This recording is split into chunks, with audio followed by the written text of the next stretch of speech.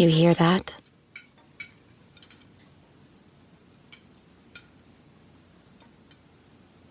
That's the awkward silence of a family dinner after you just got caught vaping.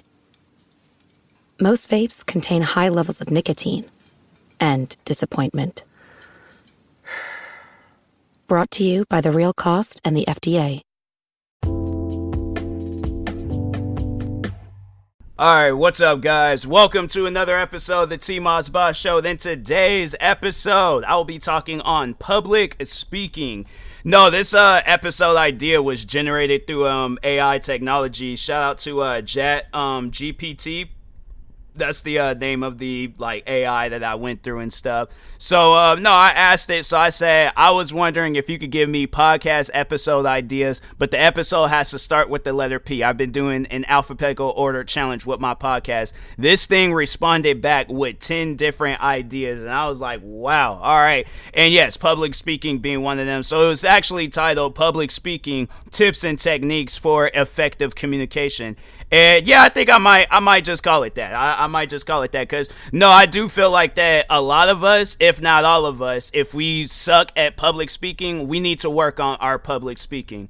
And I can think back all the way when I was a kid, and I remember a teacher, she got on me about my public speaking. So for an example, no, actually not an example, no actual real life situation. So we're in this classroom, and I was an 8th grader, and they wanted me to read to some 6th graders. Okay, no biggie. So I'm reading, and how I was reading, it was it just was very, no emotion and stuff. So I think she had told me that prior beforehand when it was when she asked me to read stuff, and I just had no emotions, and she's all hey, you gotta have a little bit more pizzazz and stuff. And what's crazy, it's it still sticks with me till this day, where it's if I'm gonna be reading something, at times, if I am reading something, then I'm just oh, okay, this happened, this went down, this and that. But if I'm if it's something where I'm telling a story, then I'm giving off my reaction or whatever, then it's then the pizzazz kicks in. But if I'm reading something, I really don't have as much pizzazz. But no, I started thinking about it, and I'm no, at times, if you pay attention to some things that I read out, I kind of give it a little bit more emotion and stuff. And no, it was something she told me when I was 13, bro, over 13 years ago, bruh. And I sit down and I think about it, and I'm man, she was a dope teacher, though. I think I've mentioned her before. She was a teacher that liked wrestling and rap music. And I'm nope, you're not a teacher. You're a friend, okay? She's a teacher where I'm no, if we recognize each other in public, no, she's a teacher where I'm I will still call her by her last name. I'm no, I cannot disrespect you like that. No, you're a real one. You're a teacher that cares, okay? So, but anyways, but no, I can think back all the way back then when she was helping me, and it's crazy when you sit down and you see some of the tools and some of the things that's really people trying to help you, right? People trying to help you, and when you get to a certain age, it's that stuff comes back. And it's wow, so I might have not needed it back then, but I definitely needed it back right now. Because I'm I feel that when people see you, especially as a content creator, when they see how much emotion you have and stuff. Because imagine if I did a reaction video and I just had no emotion. The thing is this, there are times where, no, I've actually had taken those videos down. I'm no, because there was a time where I did do a reaction video. And I think I've told this story before where the guy, he kept spamming my comments, wanting me to react to this video about these ponies or whatever killing each other. And I remember watching the video and I was okay, and that's the thing where it's I feel if you're going to be doing public speaking, and this is, where the advice kicks in, you have to speak on stuff that you're interested in. If you're not interested in it, then it's yeah, you ain't going to have much of emotions, pizzazz. You ain't going to have much of a reaction. And so, yeah, when I did that video, I was oh, wow, that's crazy. I'm yeah, I'm like, that's a cool effect. I'm like, yeah, that's, they did that whole thing with the ponies killing each other. All right, well, anyways, thank you guys, peace. Left it at that. But I'm like, no, like, if my thing is this, all right, if I'm gonna be doing a video like that, it has to be on something where it's like I'm kind of learning from it. So for an example, let's say if it's like top 10 unsolved mysteries, and so they're all like, there's this mystery of all these, jars of peanut butter that went missing back in like 1962. It sounds something like realistic and things. So, but anyways, I'm like, so the thing is this. So if I was reacting to a video, there's like, oh yeah, here's this mystery in 1962. This truck full of peanut butter and jars and stuff, it disappeared and nobody knows where it went. Last saw in Kentucky. And I'm like, how does it end up in Kentucky? So the thing is this. Right there, I'm like, I felt like I had more of a confusing emotion. Like, what? So I guess, that's the thing where it's like, I guess I'm interested. So I'm like, all right, maybe if I were to do that same video about the ponies killing each other today, then I think, like, now I would, like, because that was like when I started doing reaction videos and stuff, and I still was kind of like learning on who I am as like a full-time content creator, because 2015, that's when I really just had signed off on being a full-time content creator.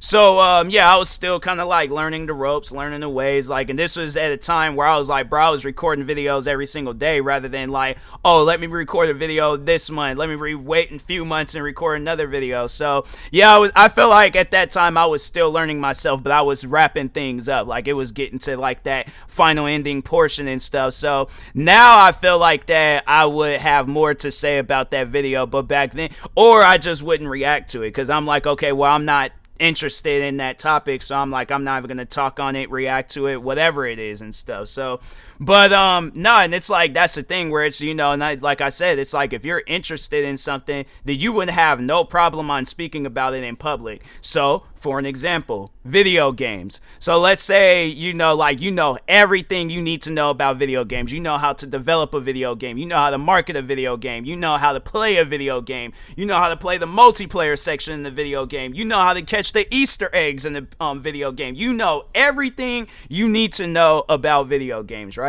So let's say, for an example, I gotta go out in public and I gotta tell people that don't know nothing about video games, I gotta explain to them what video games are, right? So, all right, scenario. So I'm in some sort of like stadium, or no, maybe not a stadium because that's too big, but because I feel like enough people that you ain't gonna sell out no stadium talking about video games. So I don't know, maybe depending on where I'm at. If it's a big, well-known area, maybe. If it's a small stadium, like kind of like the Key Arena, but I feel like that's still too much. I don't know. All right, maybe not a stadium, but kind of like a theater. Okay, so there we go. Like, so something relatively small, but it might be able to sell out and things. All right, so I'm supposed to explain to this theater of people what is video games. All right, so I walk out, I introduce myself, barely anybody clapping. I'm like, wow, that's disrespectful. I ought to walk off this stage, but y'all are, I'm being paid to be up here and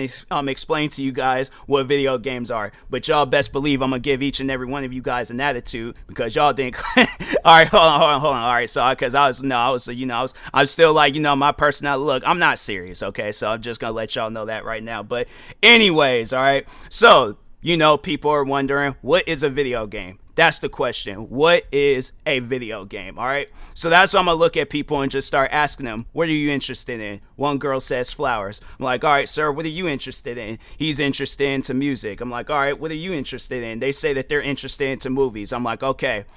When you ask a gamer what are they interested in and they respond back video games, that same emotion that you have with flowers, that you have with movies, that you have with music, that is that person with video games. All right. So like, all right. And I'm going to put them like, just like how I'm talking in these podcast episodes, like I'm going to put you guys in a scenario. I'm going to put you guys in an example, right? You find a video game about flowers, you find a video game about movies, and you find a video game about music. you're going to get interested in that, because it's like the thing is this: when you're getting into video games, you can't just get into any old video game. No, you have to get into a video game that you're interested in, that you like. And me, I remember when I very first got into video games, I was interested into racing games, and that's why still till this day I try to find a good racing game. Yeah, there's some racing games that might not be good. Yeah, there might be some racing games that might be a little bit too challenging and difficult, but guess what? I've tested it out. I've came to that conclusion on whether or not I'm going to like it. And there's at times where I can sit down and play a video game for hours. For an example, one of my favorite all-time racing games, Forza Motorsports 4. I could sit down, if they were to remaster that game today, right?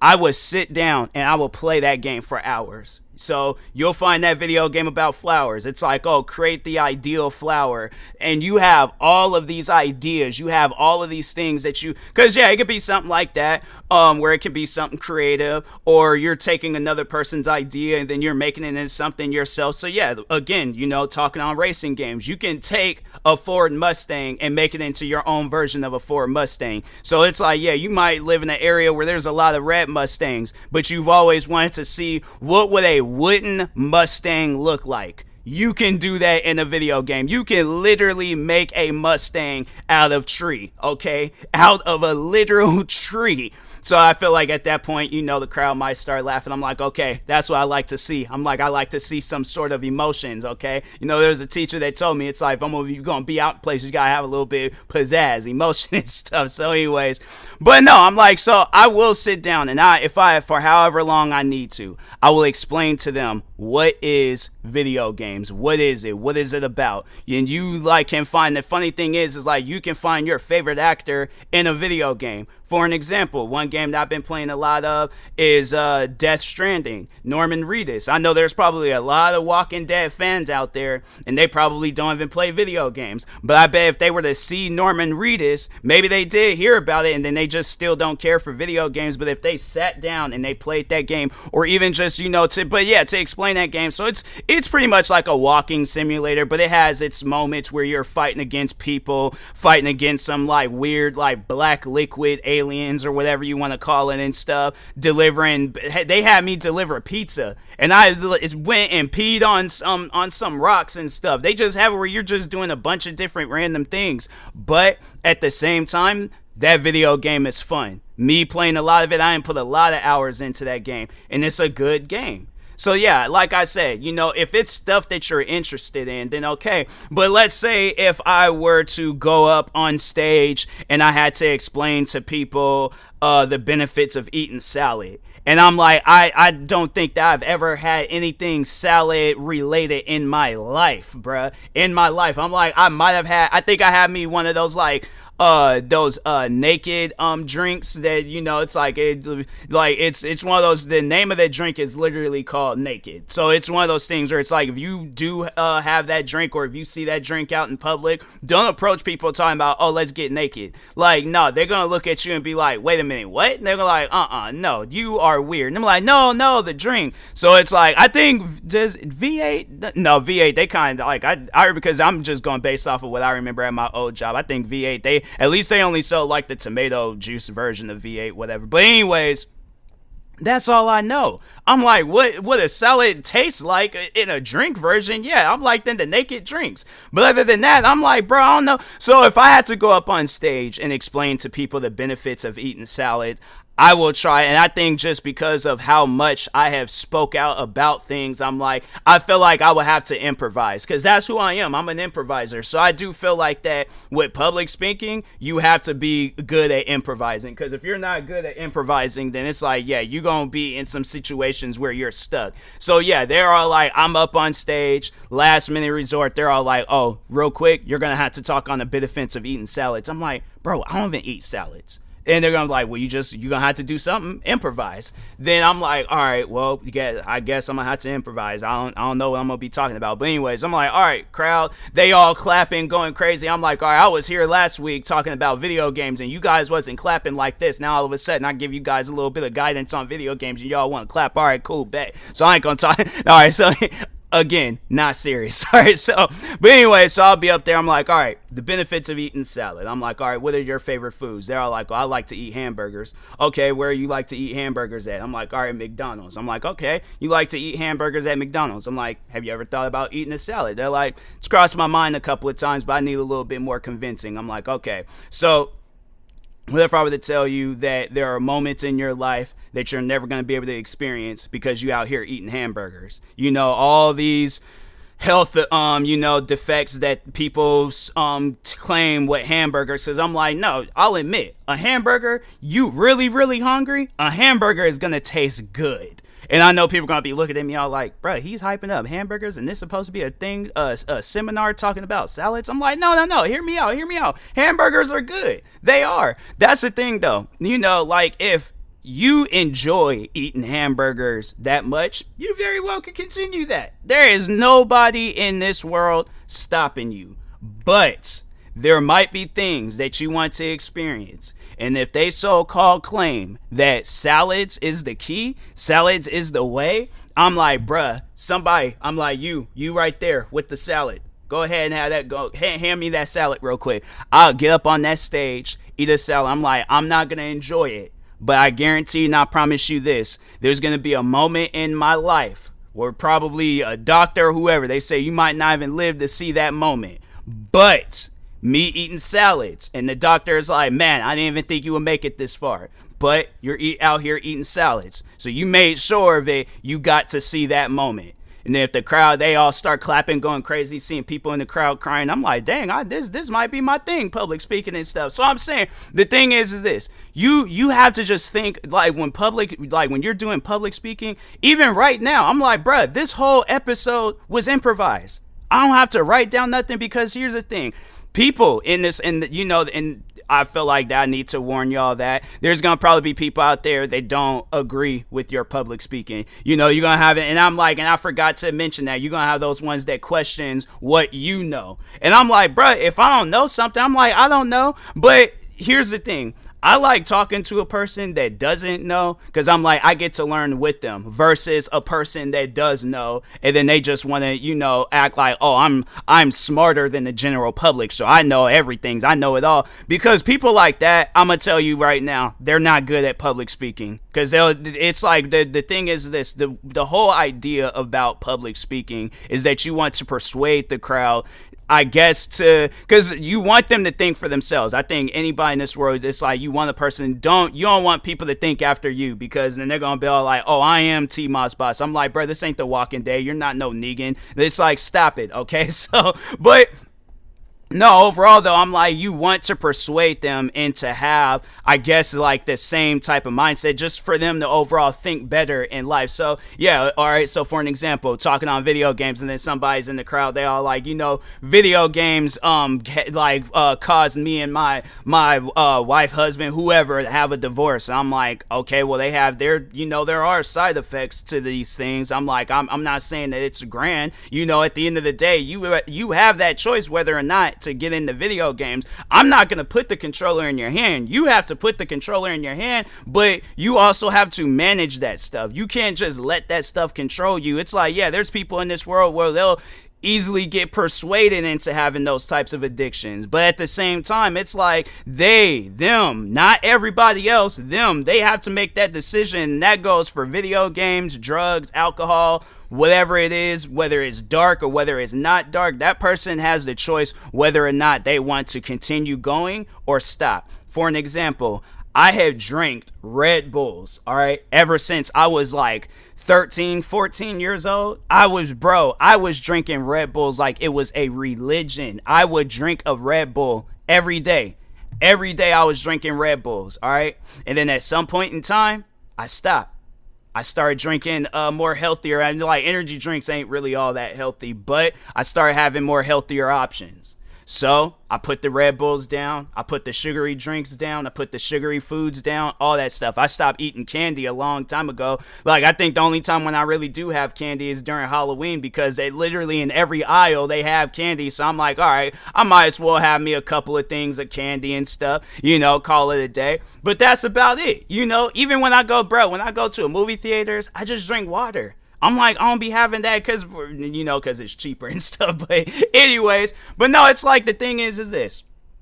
Like, and getting back on the topic of public speaking and stuff, it's like if you can persuade that crowd into just having a better lifestyle, like, so like in them TED Talks, whatever, because I'm like, you look at those guys know what they're talking about. So it's like you can persuade a crowd, and it's like, even if it's like on some stand-up comedy stuff, I know people are like, okay, well, how can I be good at that? How can I be good at stand-up comedy? And it's like, bro, that stuff got to come from the heart.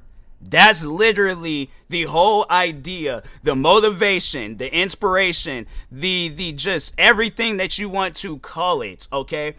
That's literally the secret to public speaking. You gotta have love for something. You gotta be interested in it. It has to come from the heart. But if it doesn't, then yeah, it's like if it's on some, because I know people are like, okay, yeah, well, what if that, that person there, it's like they know it all and they claiming that it's coming from the heart. No, it's not. That's coming from their brain and only their brain. If you can blend your brain and your heart together and just speak, that is literally public speaking. All right. So anyways, and that being said, I will talk to y'all later. Thank you guys for watching and or listening. I need to hurry up and end this episode because I need to, get ready for bed and also stream. So anyways, thank you guys and peace.